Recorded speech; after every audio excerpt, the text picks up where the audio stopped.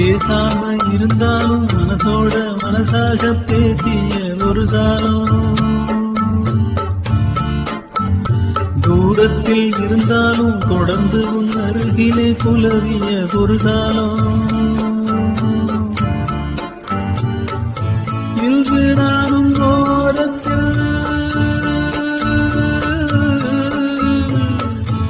இன்று நானும் ஓரத்தில் என் பேசாம இருந்தாலும் மனசோட மனசாக பேசிய ஒரு காலம்,